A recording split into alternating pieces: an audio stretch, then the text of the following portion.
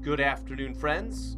Welcome to Here I Stand. Our subject today, Romans 13 and COVID, the intersection of the legitimate authority of the government and the whole COVID situation we have been dealing with for the last year and a half or so, James, now. Where is that line where we are in proper submission versus submitting to tyranny? And we've dealt with this question before, and I think it's worth returning again. James, your church and I think our church, we started back on Sunday services at a very similar time. June, I think we were starting up again in June of 2020. We started May 1st. Or so, excuse me, maybe it was May 1st. Yeah, I think you started we May started the same. 1st. Yeah, May 1st, 2020. I think we were off about 6 weeks, James. Is that the same about for you, I think? About 5 weeks, yep. Yeah, 5 or 6 weeks. That kind of the video church, which really, I don't know if you remember those days. It was. Yeah, I know. Awful days. It was. It filled a need for a short time, but yeah, it was not going to be the long-term solution. No. For the worship that God, I think, desires. And so James, your church shut down, as did ours for a time, at least in terms of our gatherings. Did you? Let me ask you that. Why did you shut down? Well, we did not know whether or not this was COVID, like they were saying. I'm sorry, whether this was Ebola, like they were saying. So we rationalized and we thought about it this way, that if we were wrong and people were going to drop like flies, you would never get that credibility back. That was our thinking. And so I want to say 2 or 3 weeks into it, we recognized it was not Ebola. And so we started to work people back into it. Took us about 5 weeks. Yeah. And we were back into the building. So, yeah, and I think initially, Prudence said, you know what, hey, if this is going to be, remember some of the models? The models are terrible. The model was, coming out of, I think, some university in Washington State, maybe some, I think there was some model coming out of the United Kingdom, and it was going to be end of the world. Yes. There were also, there was a church, I won't mention their name, but they met the same Sunday that we did in terms of our final service for the break. And they had a number of cases in that church. And that church, boy, it got a lot of hate because at their service, COVID can be very contagious, very spreadable, and whatever they did in that service, it did spread. They had, I think, some elderly people in the congregation or some sick people. I think one person died, but this was a person, I think, with very serious cancer. Did they die of COVID? Did they die of cancer? That's the question. There was also, remember in those early days, there was a choir that met in Washington State. That there were, a pretty large church choir. And there were, I want to say, throw out the number, 50, 70 cases that they estimated came from a choir practice. So at that one church? At the one church, yes. So it was something like that. I'm going a little bit on memory. So I think there was some prudence that churches took. But then it really became, does the government have a power to shut things down without end? And then also, I think we both observed this. We're going to the store. we're standing in line. I can remember this. I'm standing in line at Costco. There are 30 people probably within my broader vicinity. I'm thinking, wait, I can do this? Yeah. I go to church. And the church of Target, the Holy Church of Target, never shut down. The Holy Church of Costco never shut down. St. Sam's never shut down. So the mega retailers, and they were deemed essential. Yep. Churches were classified as non-essential, and Correct. that was part of it. It was the inconsistency, you could say, the hypocrisy. Um, so and at that point, and I think this is an important thing, when the government is ruling in a capricious manner like that, then I think you can say, you know what, that's their decrees then are not, they don't even really believe what they are decreeing. Correct. And that, I think, at that level, it can become something unjust, in that they are now keeping what God has commanded. And so I think there's a place where the Christian does submit individually in a way that's different than the church submitting. So James, let me read a portion of Romans 13, and we'll discuss this in light of the issue. Oops, sorry here. So Romans 13 here. Let every soul be subject to the governing authorities, for there is no authority except from God, and the authorities that exist are appointed by God. Therefore, whoever resists the authority resists the ordinance of God, and those who resist will bring judgment on themselves. Now, if you just take those first two verses, boy, at one level, you say that's a pretty broad description, isn't it? Yeah. Verse 3, rulers are not a terror to good works, but to evil. Do you want to be unafraid of the authority? Do what is good, and you will have praise from the same. I think verse 3 is a very critical verse, right? Romans 13 is not giving the civil authority absolute power. It's bound by what is good and evil. Verse 3, if you're doing good works, you're not to be a terror to the government. If what you are doing is good, and that is a terror, then I think that's a case where the government is wrong. So if just going back to World War II or any aspect there, if you're helping Jews in World War II, is that a good work? Yeah. When the government says, "Oh, you can't do that," then there's a problem there for the government, right? Do you want to be unafraid of the authority? Do what is good, and you will have praise from the same. Good and evil have to be defined. Yeah. For he is God's minister, God's deacon to you for good. But if you do evil, be afraid, for he does not bear the sword in vain, for he is God's minister, an avenger to execute wrath on him who practices evil. Now, let me ask you this, James. In Paul's thinking, why does he write this, do you think?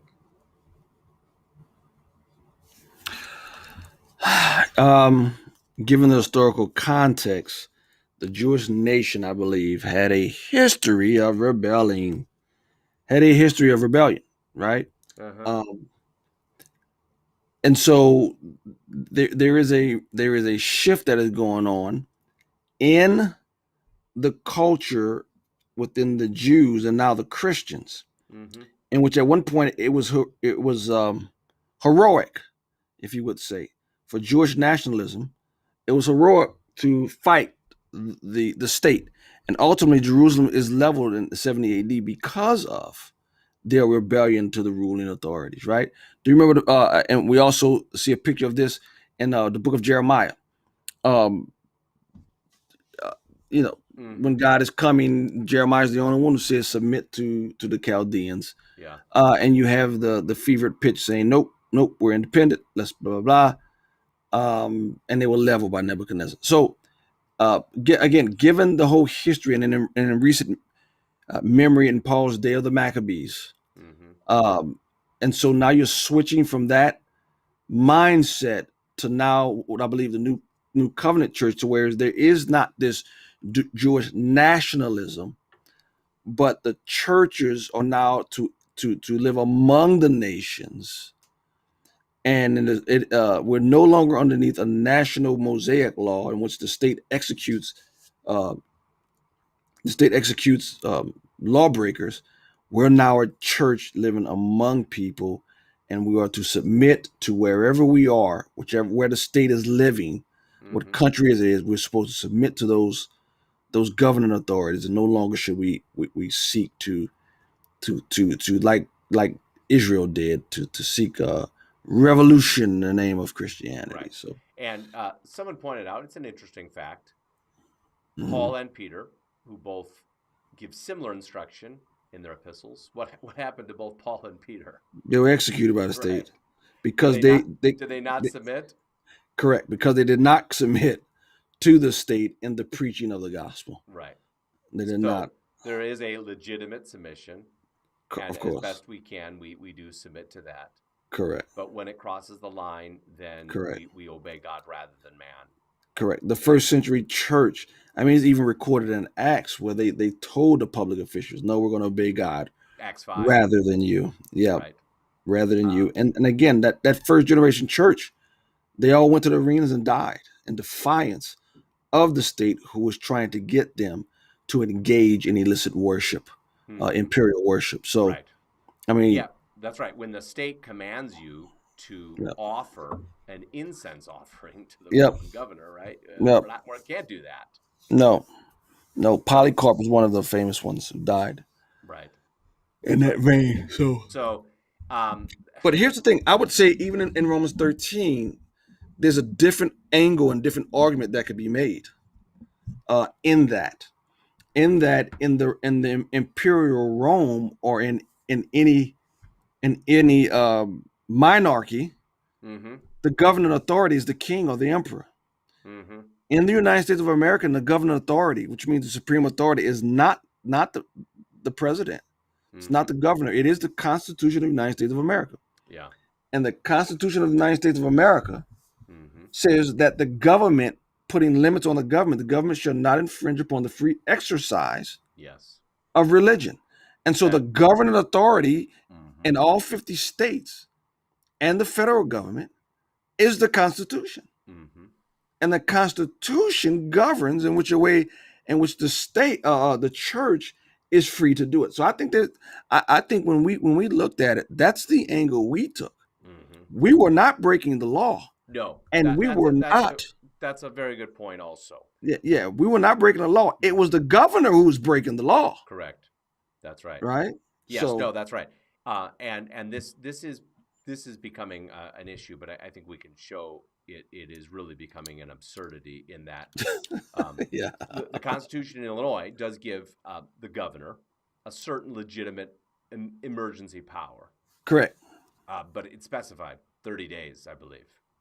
Yeah. Not only that, he has to take his emergency powers, bring it to the Supreme Court so that they can make sure it's in line with the Constitution. He didn't even do that. No, right. He didn't even do that. No, that's right. So forget even the Constitution, the Illinois state Constitution, he was in violation of. Correct. Well, my point is, so in the case of Illinois, there is a certain deference that the governor has, but it is limited. Yes. It's 30 limited. days. Yeah. Now they've because our state is so can't read. 30 days doesn't mean 30 days, according to some people. Yeah. And this is, I want to say, this is where it does get into some of the gray area. Correct. Because they're not really following what they have determined. No. And the governor, again, without, I would say, without full legitimate authority, he has power. But without legitimate authority, has again mandated all children must wear masks in a school setting. Yeah. And I think, in my opinion, that is crossing a line where the governor does not have legitimate authority. Now, one of the questions is this for different schools is at some level, when you play the state's game, do you have to play by the state's rules? Yeah. And this is where Christian schools are going to have to make a choice, because they can say, you know what, we're not going to follow that. But to what degree are you playing in the state's ball game just because of some of the, we don't just live in a society of laws. We live in a society of bureaucracy. Mm-hmm. And unfortunately, that bureaucracy ends up being vast, often in comparison to the laws. That's where it gets into now, another issue, because the state can grant certain benefits, and you like those benefits, and then, like sports, for example, that gets unfortunately, a lot of that stuff is regulated by the state.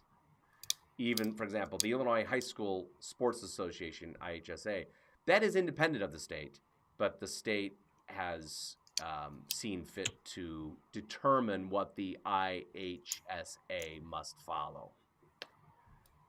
And this gets into some interesting questions and conflicts. And some things I think are very easy. When they tell you your church can't meet, I think we say, you know what? Sorry, Jesus has given us permission. When it gets to some of these other areas, it becomes a little bit harder in some issues. I think, in my opinion, there are still some clear boundaries, but it does. You start getting, there are other connections that you are making. Our church doesn't play sports, but our school does. Our church doesn't get scholarships, but our school is part of a scholarship program. So that's where the overlap starts to become a little more interesting. I think, though, what we have seen, though, sadly, there has been resistance. I would say this, that other than that one document that we mentioned last week, there has been very little response by Christians and the church to some of this. Right? Very little response of formulating from a Christian perspective some of these matters, and I think that's kind of a shame that Christians have not thought more seriously and articulated, not just individually, but together, thoughtfully. And this gets back to this, issue that we've been talking about the last couple of weeks. How can we, as local churches, cooperate together in a more effective way? And I think this is, we've talked about it on the moral grounds, and now this is another moral, but it gets into some of the health implications, how we articulate a Christian principle, even some of the things that we're dealing with more locally here, James. Boy, that is tough, Kelvin, and I think the governor's going to force us to think these things through. Like I said, we thought it through, and we made our case to our people, and when we said that, again, it's a conscience thing. If you don't feel comfortable and you feel as though you want to obey Pritzker, then go ahead and do that. But here's our reasoning for that. I mean, I don't know how much clearer you can get. The Constitution says not only the governor, the president, the Congress, Senate, no one has the right to tell those who assemble freely, and in our case, religiously, you cannot stop that. Right. Now, if you want to appeal the Constitution in some sort of way and get rid of the the First Amendment, then go ahead. Right. They haven't done it, though. They haven't done it, and so, but yeah, I think Christians are going to be forced to answer that question, whether they like it or not. What authority does the state have? And I'll tell you, Kelvin, I don't believe it's really a logical issue. I just think a lot of churches are afraid to go against the state, man. They're afraid. Yeah, they're afraid. What I have witnessed is there is a significant amount of fear that is driving this whole thing, right? Yep. Fear is a force. Absolutely. Fear of the it's Lord a monster. is the beginning of wisdom. Yep. Fear of man is a snare. That's right. And in my opinion, there is way too much fear of man and fear of disease, rather than a humble submission before the Lord. Now, with that being said, this is where the Bible presents the truth. It's not that no one's going to tell me what to do. That's not the attitude. It's I stand under the Lord. And when I say that, I have to submit to whatever the Lord brings. And Mm-hmm. sometimes we submit to the Lord, and it's not because our life is going to be happier, but we obey in the end. Mm-hmm. It's it so you know, if you get back to, let's say, January 6th, if we can discuss that, some of what took place on there, in terms of January 6th, some of the rallies, I think was very good. Some of that, it crossed a line into Yes. the disobedience of Romans 13. Yes. And some of those people, they're going to suffer, and some of them have suffered already. They paid a price. If you're breaking into a place where you don't have legitimate authority for entering, then I think Yeah. that's where you can say you're starting Yeah. to cross a line there. Yeah. Um, and also, Absolutely. there's a Christian principle of, in terms of some of the aspects of rebellion, of the lesser magistrate, someone who Mm-hmm. is legitimately given power, and he is going to stand in between the people and an illegitimate use of force. It's called the doctrine of the lesser magistrate. Matt Trewhella has talked extensively about that, the need for the lesser magistrate to interpose. That's what you see in the case of Moses when he's walking out and seeing this man beating an Israelite. He is a magistrate. He's a prince, right? He has legitimate authority, and that's why I don't think that case of Moses is. Now it cost him; he got into trouble, but I think Moses had a legitimate use of force in that case to defend life, and just like as a policeman sometimes has to shoot the perpetrator. That I think that's what Moses is doing in that scenario, in my reading of it. But Mm-hmm. so that there's a need for Christian magistrates also to stand on behalf of churches and others, and it would be wonderful to have more of that. We are considered Protestants because there were princes who said, you know what, I don't like this compromise that was being waged during the time of the Reformation. They protested, and that's why we're called Protestants. Those were godly princes who said, nope, we're not going to have anything to do with this. And as much as we don't like kings and queens and princes, there's a place where a godly prince could play an important role, or a godly king could play an important role. We're in a little different society, but this is Yeah. where some mayors. I met the mayor of Orland Park yesterday briefly, and last year he said, "No, we're not going with all of this." And it wasn't just the mayor. There were people on the board, and they said, "No, we don't believe this is legitimate." Yeah. That was a form of interposition, and I would like to get the mayor of Arlington, or excuse me, Orland Park. I wish the mayor of Arlington Heights had a little more of that fire in him on this particular issue. But anyway, there's a need for legitimate elected officials also to know what has been done in the past historically. So I would say is there's a great amount of fear in the pulpits in America. I would say there's a great amount of fear in the halls of villages also. They're yes, afraid. yes, They're okay, afraid to go out and to go against the governor. They're yeah, afraid. mm-hmm. They're afraid. A lot of people in positions on law enforcement, whether it's the sheriff or the police department, they're Right, afraid. yeah, They're, there's a tsunami taking place in our country and in our culture, mm-hmm. and it is going. Boy, this wave is just going really fast, and it takes courage to stand up against it. I was about to do a video on for the time of this about 160